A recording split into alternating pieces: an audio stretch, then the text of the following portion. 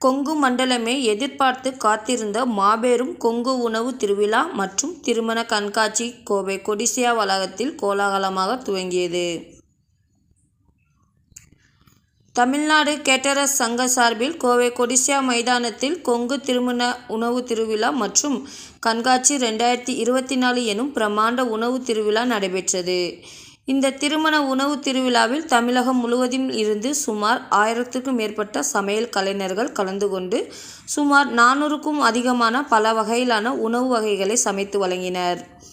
100 வகையான ஸ்டார்ட்டர்கள், 150 வகையான main course உணவுகள், 100 வகை டெசர்ட் வகைகள் என எந்த பக்கம் திரும்பினாலும் உணவு வகைகளின் அணிவகுப்பை ரசித்து ருசித்து பொதுமக்கள் மகிழ்ச்சி அடைந்தனர்.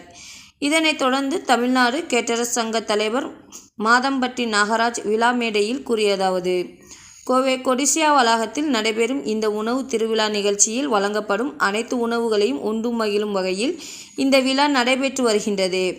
உணவு மட்டுமின்றி பல்வேறு கலை நிகழ்ச்சிகளும் பொதுமக்களை மகிழ்ச்சிக்கு உள்ளாக்கி வருகின்றது என்றார். இவ்வாறான ஒரு திருவிழாவுக்குத்தான் கொங்கு மண்டலமே காத்து கொண்டிருந்தது. நேற்று ஒரே நாளில் மட்டும் 30,000 பேர் கலந்து கொண்டனர். இன்று 50 முதல் 60,000 பேர் பங்கேற்பார்கள் என நம்புவதாக தெரிவித்தார்.